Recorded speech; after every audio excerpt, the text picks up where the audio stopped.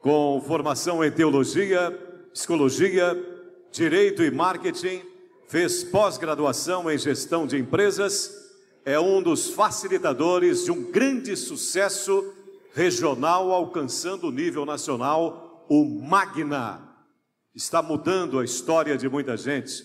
Ele inovou no mercado imobiliário de alto padrão e tornou-se uma referência fantástica nesse segmento no eixo Rio-São Paulo, em nível nacional e também em nível internacional. Estamos falando nada mais, nada menos que ele, um grande amigo, um grande parceiro e uma figura inspiradora.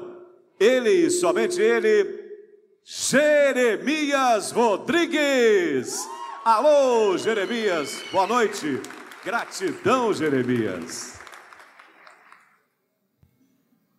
Boa noite a todos. Que privilégio ser apresentado pelo meu amigo Sérgio Cursino. Que honra. Eu confesso para vocês que antes de subir ali, as pernas estão tremendo muito. A última vez que as minhas pernas tremeram tanto assim foi quando eu fui pedir para o pai daquela moça ali que eu queria começar a namorar com ela. Na hora que o pai dela, estava tudo bem. Quando o pai dela perguntou assim, quais são as suas intenções com a minha filha? Eu falei, ele não pode estar falando sério. Garoto, você está de brincadeira. As pernas falaram, e aí, eu falo ou não falo? Bom, consegui sair vivo de lá. E eu acredito que eu também vou sair vivo daqui hoje. E eu não quero perder amizades preciosas que estão aqui hoje. Tenho amigos extremamente especiais aqui. Mas eu vou trazer algumas reflexões que provavelmente vão incomodar. Vou incomodar bastante. Boa parte das pessoas conhece a minha história, apesar desses meus traços dinamarqueses. Eu sou nascido em Rondônia, vim em 1987 para Pindamonhangaba, fui fazer teologia e fiz vários outros cursos. Nos últimos 5, 6 anos, investindo uma média de 50, 60 mil reais por ano fazendo cursos, porque eu percebi que precisava evoluir muito. Até tem uma historinha interessante. Conta-se que na China, um determinado rapaz chegou em um bar, e aí tinha uma moça linda, exuberante, estava ali também tomando um drink, e ele olhou a moça e viu que era a riqueza. Ele se aproximou da moça, todo entusiasmado e tal, começou a conversar, ela tomou alguns drinks com ele. No final, quando ele já estava todo entusiasmado, ele inclusive recebeu dela o que seria o telefone dela. Mas depois daquele contato, que ele ficou bastante deslumbrado, ele não teve mais oportunidade, nunca mais na vida ele encontrou essa tal de senhora, aquela dama que o deixou deslumbrado, a riqueza. Voltando depois deste mesmo bar, quem ele encontra? Uma outra moça também exuberante, chamada Sabedoria. Ele ficou também deslumbrado, ele começou a conversar com ela, só que a conversa se estendeu um pouquinho mais, e conversaram mais um dia, mais uma semana, mais um mês, e conversaram anos. E eles ficaram absolutamente encantados um com o outro. Depois de muito tempo, olha que coisa curiosa, aquela que o havia desprezado, a senhora riqueza, ficou tão enciumada que resolveu procurá-lo. E ela não quis mais largá-lo, até que ele desse total atenção para ele. E a lição que os chineses dão com esta analogia é que se você focar primeiro na riqueza, muito provavelmente ela vai te deixar. Mas se você se dedicar muito a se aperfeiçoar, a evoluir e buscar sabedoria, em algum momento, pode ter certeza que a riqueza vem ao seu encontro. Mesmo que você seja filho de um caminhoneiro ou de uma pessoa que depois foi dirigir um caminhão do lixo da cidade, como é o caso do meu pai. Como é que o cara tem a petulância de ser filho de um caminhoneiro, no caminhão de lixo, e vem se envolver no mercado do luxo, no mercado de alto padrão, tanto no Vale do Paraíba quanto em Miami? É muita pretensão. Então, eu quero compartilhar um pouquinho com vocês por que às vezes tem que ser pretensioso, por que às vezes tem que ser ousado, mesmo que a hora da mudança seja um momento que você muda ou morre. Existe algum momento na vida que a gente muda ou morre? Vários momentos. Tem pessoas que fumam durante 10, 20, 30, 40, 50 anos e não param de fumar, até a hora que ele está na frente do médico e o médico diz, olha, ou você para agora, ou você muda, ou você morre. E por incrível que pareça, algumas pessoas falam, ok, eu prefiro morrer. Mas as pessoas conscientes preferem dizer assim, tudo bem, eu prefiro mudar.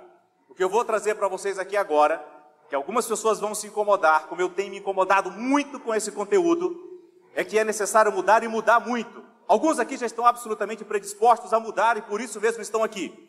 Outros talvez não na intensidade que precisam. Mas uma coisa é certa, definitivamente não existe mais zona de conforto. E eu vou reportar para vocês algo que aconteceu no início dos anos 90.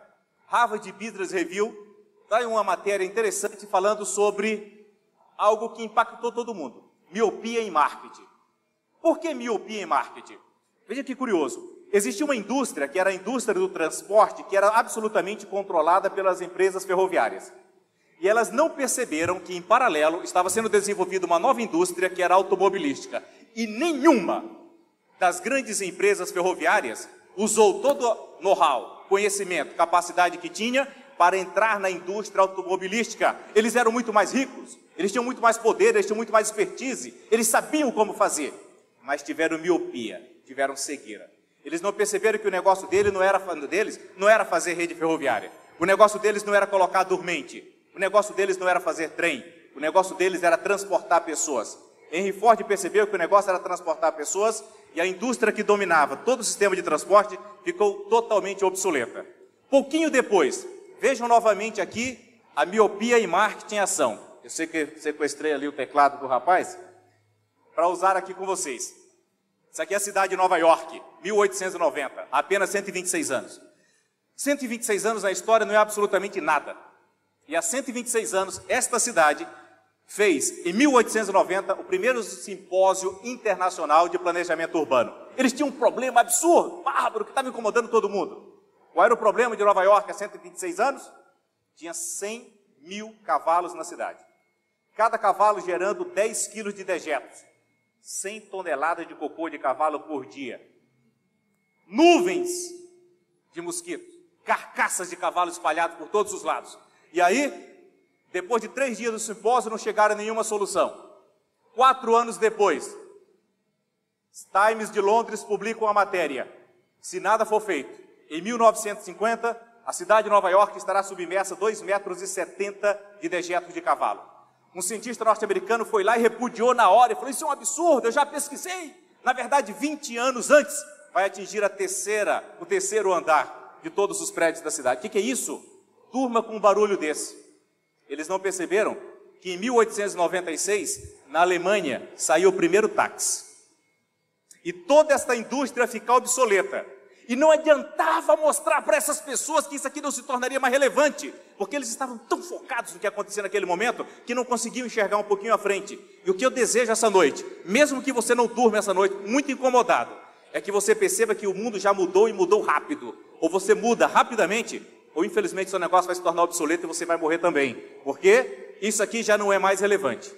Uma outra indústria estava sendo desenvolvida, e veio a indústria automotiva e tornou essa indústria absolutamente obsoleta.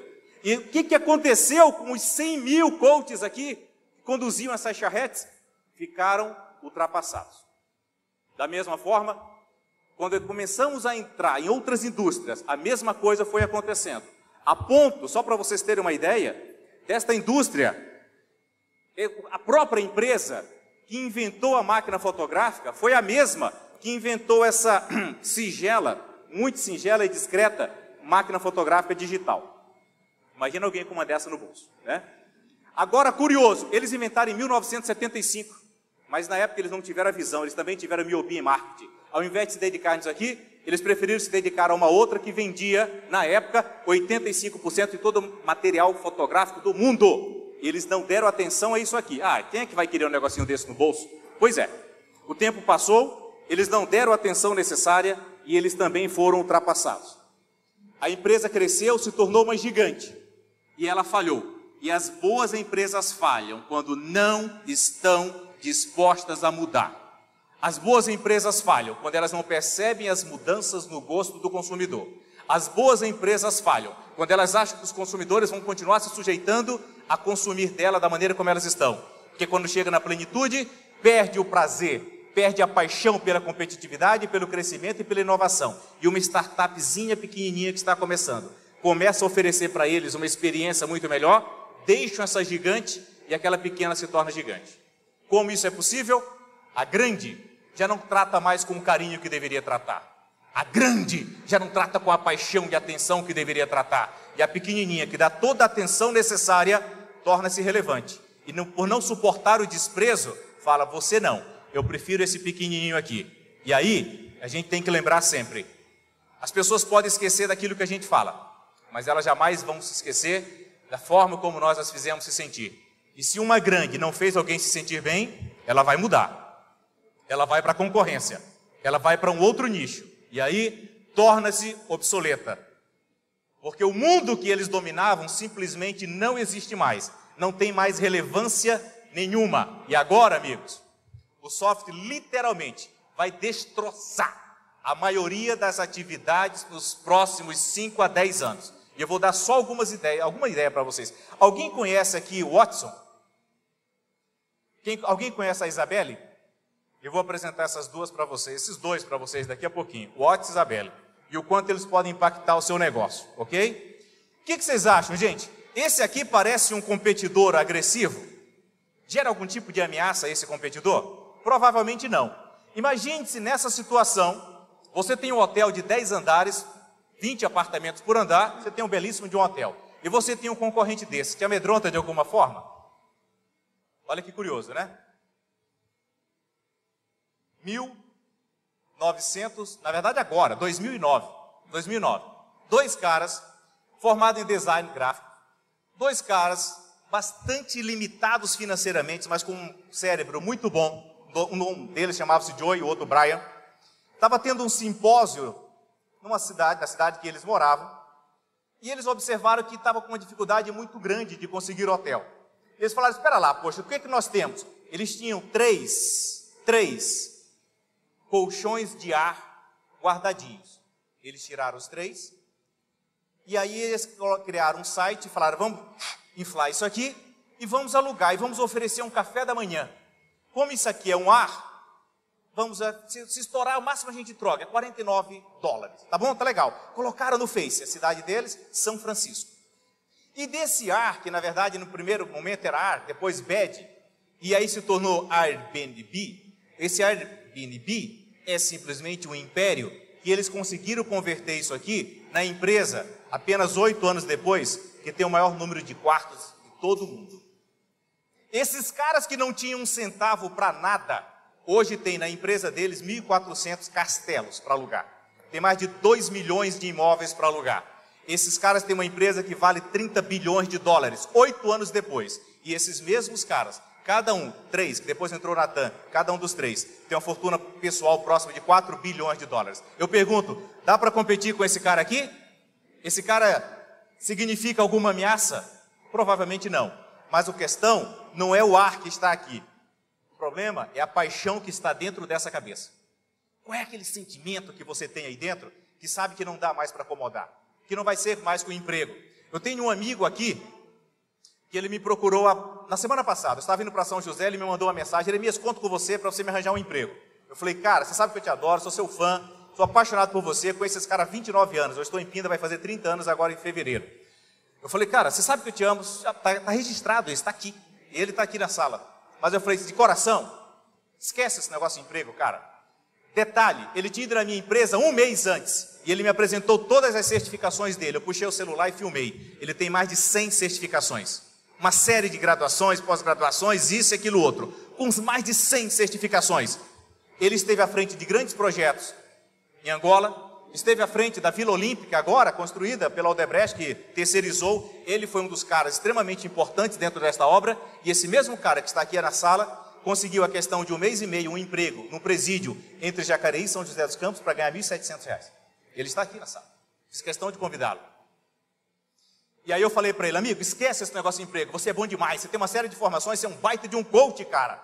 Aproveita isso que você é bom, porque os psicólogos estão ficando ultrapassados, os psicólogos hoje estão servindo para trabalhar em RH, e os coaches estão entrando e dominando o espaço deles. As pessoas não têm mais paciência para esperar anos, elas querem respostas rápidas. E aí eu falei algumas coisas para ele, eu falei, acredita em você, cara, vai lá e muda. Ele não respondeu mais nada, gente. Falei, caramba, perdi o amigo.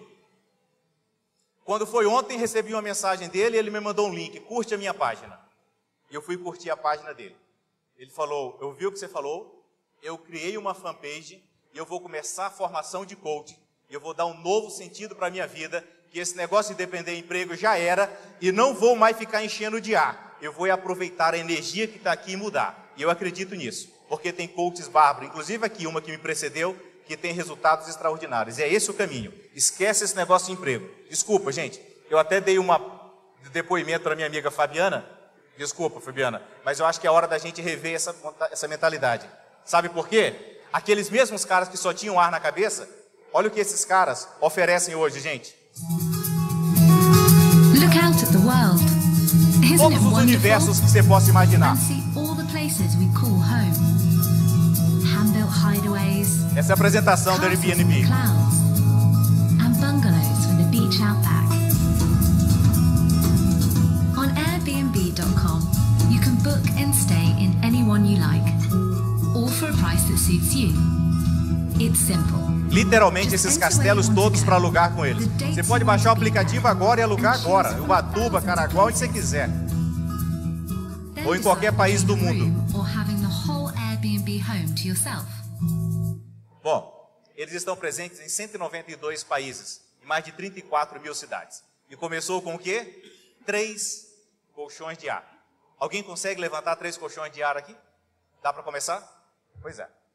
O detalhe é qual o tamanho da grandeza que você tem no seu coração. Gente, olha como a indústria vai atropelando tudo que está no caminho. Não adianta o cara falar, pô, eu sou bom. É por nada. Cara, sabe por quê? Lembra que eu falei, 1896, primeiro táxi na Alemanha? Durante mais de 100 anos, os taxistas reinaram absoluto.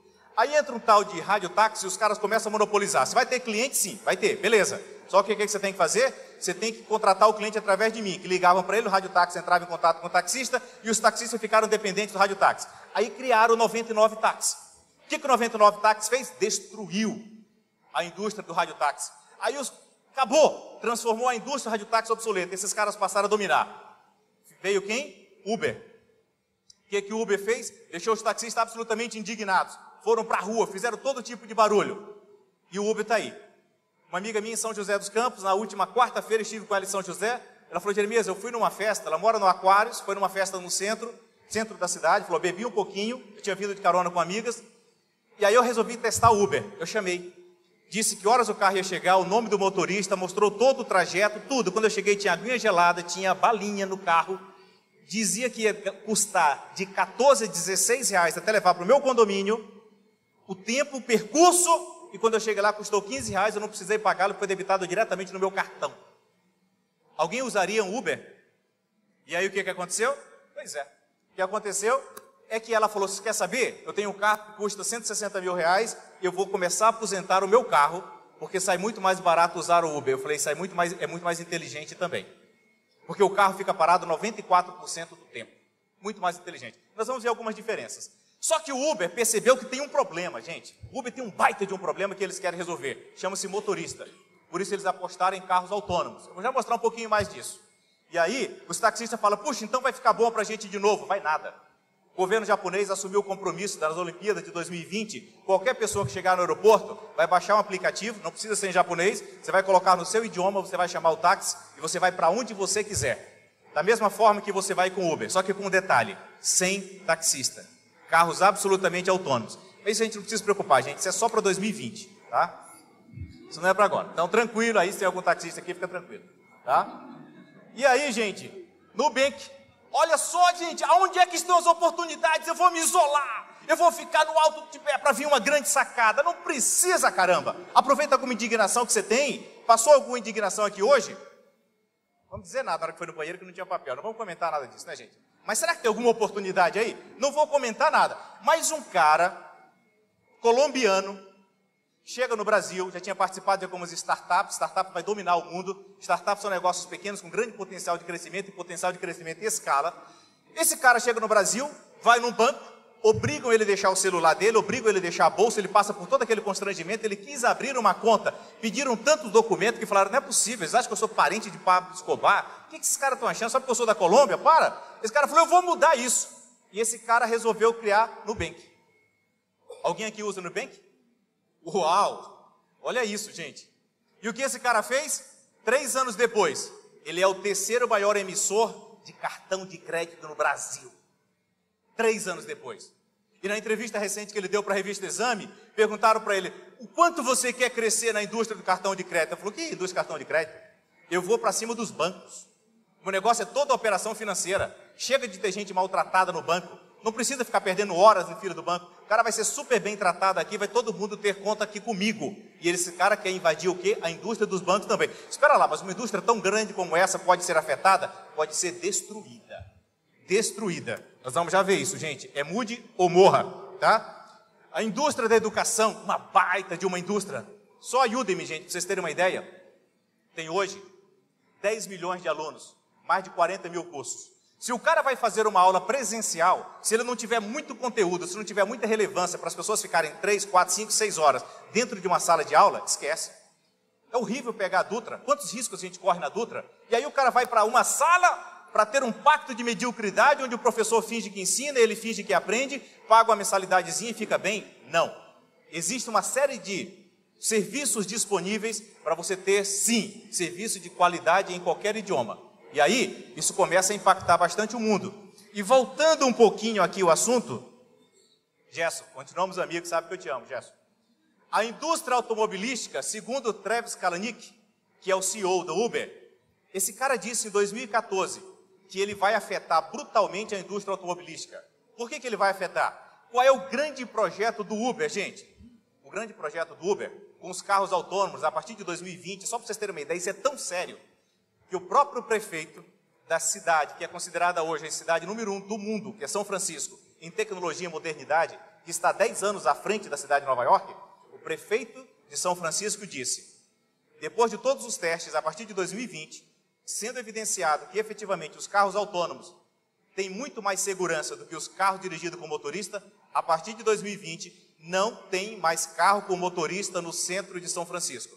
Quer dirigir? Lá fora. É igual hoje, quer fumar? Lá fora, não aqui. Por quê? Porque de 1.300.000 pessoas que morrem por ano, 94% delas morrem, 94% por erro do motorista. Disperso, cansado, bebeu, fez bobagem. O que acontece com os carros autônomos? Você não vai ter esse risco, gente. Porque com carro autônomo, você não tem problema de estar cansado. Você vai poder ir para o seu trabalho aproveitando com cultura. Você não tem uma série de restrições. Dos filmes de ficção científica para a realidade. Já é Enquanto verdade, o motorista gente. senta e relaxa, o carro assume o comando. Os veículos autônomos já estão em teste e em breve poderão ser vistos nas ruas. This is what you dreamt about as a... Não vamos nos preocupar com isso, gente. Isso é só para 2020, né? Deixa isso para lá. E agora, computadores crescendo de tamanho, conhecimento adquirido de uma forma exponencial. Deixa eu entender isso melhor. Tem algum advogado aqui? Vários, né? Médicos também? Perfeito. Olha que coisa interessante. Se você tivesse um concorrente que às 7 horas da manhã ele já tivesse lido 4.000 artigos, os mais relevantes dentro daquele tema, e que ele tivesse lido esses 4.000 artigos em 72 idiomas, e ele demorasse 1 segundo para fazer isso, e retivesse 100%, se ele fosse capaz de reter 100% do conteúdo, e todo o conteúdo que ele assimilou nos últimos 30 anos também estivesse 100% assimilado, e que ele elaborasse isso, e se comunicasse com você, te oferecendo uma qualidade de serviço, com esse nível de precisão, seria um respeitável concorrente? Pois é. Deixa eu apresentar para vocês o Watson. O Watson já é real, gente. Tá? Ele já é real. O que ele é? Ele é um supercomputador. No começo era um supercomputador da IBM. O que é o Watson hoje? É um software. É um serviço que alguns escritórios já estão utilizando. Inclusive em Bauru, JBM Advogados. Tem 400 advogados, 420 advogados. Sabe quantos clientes eles têm? 360 mil clientes. Como é possível 420 advogados ter 360 mil clientes? Através de software, gente. Através de inteligência artificial. Onde uma série de coisas que os advogados fazem, esse sistema pode fazer. E detalhe, hein? Nem o Watson lá. Nem o Watson. É um chamado Think. É muito mais simples do que o Watson. Mas foi suficiente para tirar mais da metade, tirou, na verdade, mais de 50% dos advogados e aumentou em 20% o número de clientes, utilizando tecnologia. Ou você entra nesse mundo ou você está fora. Esse mundo já veio para ficar. E aí, no Brasil, eles fizeram uma pequena apresentação do que é o Watson. 1 minuto e 10 segundos só. Eu sou uma revolução tecnológica. Esta manhã eu li mais de 4.000 artigos sobre leucemia em menos de 1 segundo. Milhares de novas leis foram publicadas ontem. Eu já conheço todas elas. Eu sei todos os detalhes de todos os relatórios financeiros públicos dos últimos 20 anos. Eu posso detectar doenças antes que os pacientes apresentem qualquer sintoma. Eu entendo eufemismos, idiosincrasias e metáforas complexas. Eu posso dizer o que vai vender bem antes de virar tendência na internet. Eu posso prever o tempo em mais de 2 bilhões de lugares ao mesmo tempo. Eu posso crescer com você, treinar você, melhorar você, Instruir você. E eu estou só começando. Olá, meu nome é Watson. Juntos, podemos repensar os limites do possível. Bem-vindos à Era Cognitiva. Para quem não conhecia, por que Era Cognitiva? Porque ele tem a capacidade de pensar, ele tem percepção, ele tem inteligência, ele tem memória, ele tem a capacidade de te ouvir e responder no seu idioma. Mas no próprio idioma, sim, no seu idioma. Inclusive agora já disponível em português. Eu vou apresentar para vocês a versão feminina, a Isabelle. Olha só, gente. –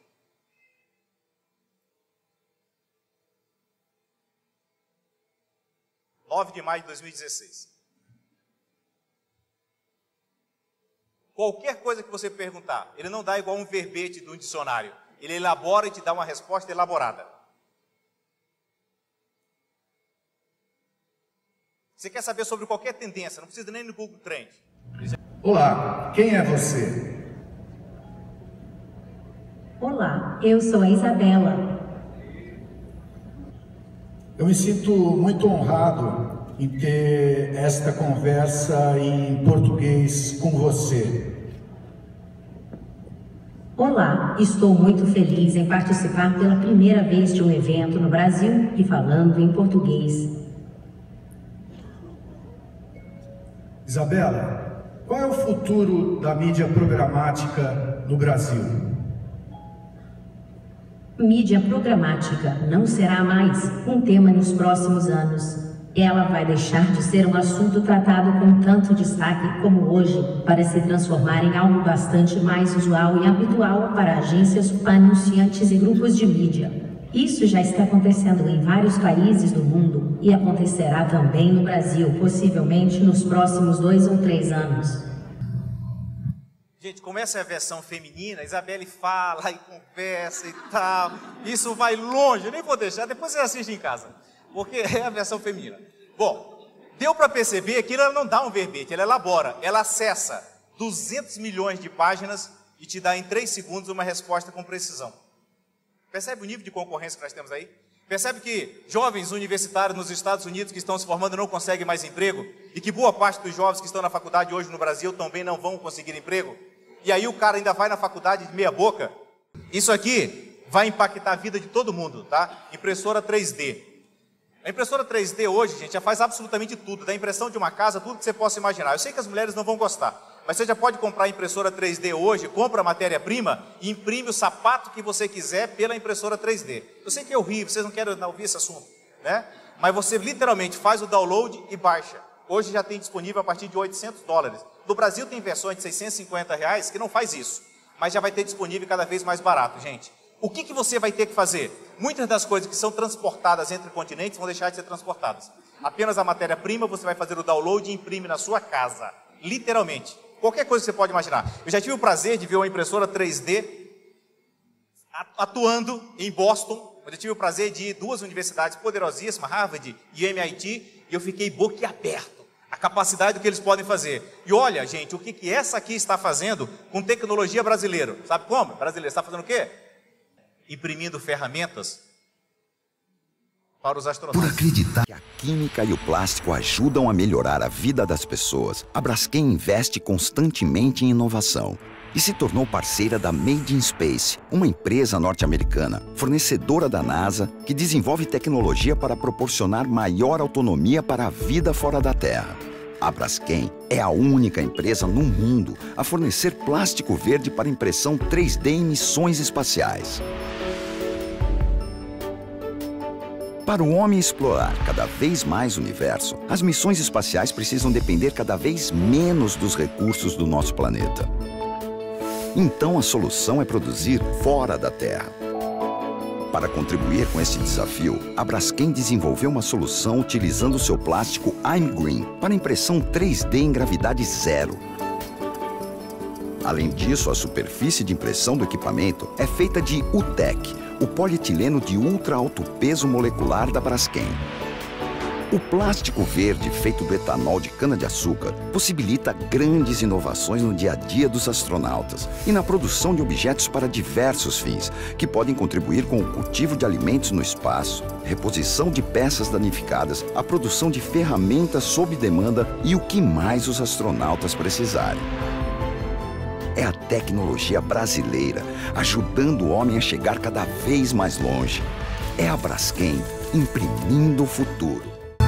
Tecnologia brasileira, gente. E aí, oportunidade de negócio. Está em todos os lugares. Só tem que saber aproveitar.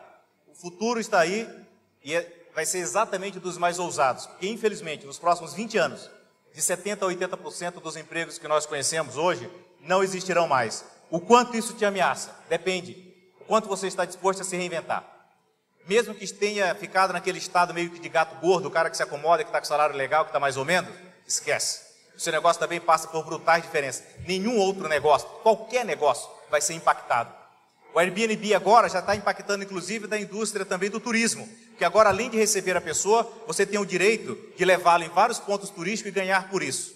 E é muito melhor porque eles já vão com quem tem afinidade. O Uber acabou de comprar a Otto, pagou $850 milhões. O que é a Otto? É um software que faz com que os caminhões andem absolutamente autônomos. E acabou de fazer um teste com uma carga preciosa nos Estados Unidos.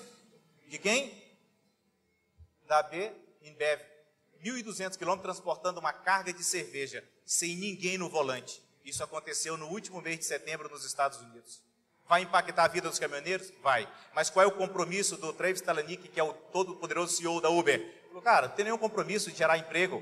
O meu compromisso é de facilitar a vida das pessoas. O meu compromisso é de fazer com que as pessoas sejam salvas. 1.300.000 vidas salvas por ano. Porque o cara quer ser caminhoneiro, mas quer abusar, quer aprontar, eu não tenho compromisso com ele. Se o cara quer evoluir, se ele quer crescer, nós temos compromisso com ele. Ou evolui, gente, ou morre. Isso é para qualquer um. E evoluir é parar de ser tão egoísta e pensar apenas em si mesmo, e ver de que maneira pode contribuir para a vida de outras pessoas também. Porque se não fizer isso, morre, nem que seja por inanição. E aí, essa tecnologia que vem chegando e absorvendo todo mundo, onde, através deste celular, tudo muda. Se você não conhece ainda, leia um pouquinho sobre o Ray Kurzweil. Esse cara fala sobre o quê? Ele fala sobre a singularidade. A inteligência artificial está crescendo numa velocidade tão grande que ele presume para, no máximo, em 2045, essa singularidade, inteligência artificial. Eu não estou te reconhecendo, calma. Né? Inteligência artificial.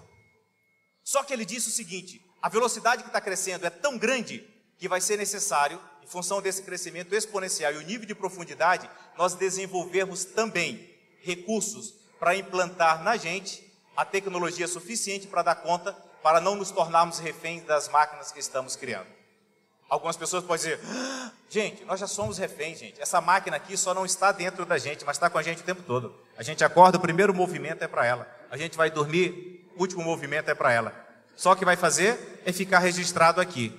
E aí, a questão é, o quanto o seu negócio está preparado para esse novo mundo que está vindo aí?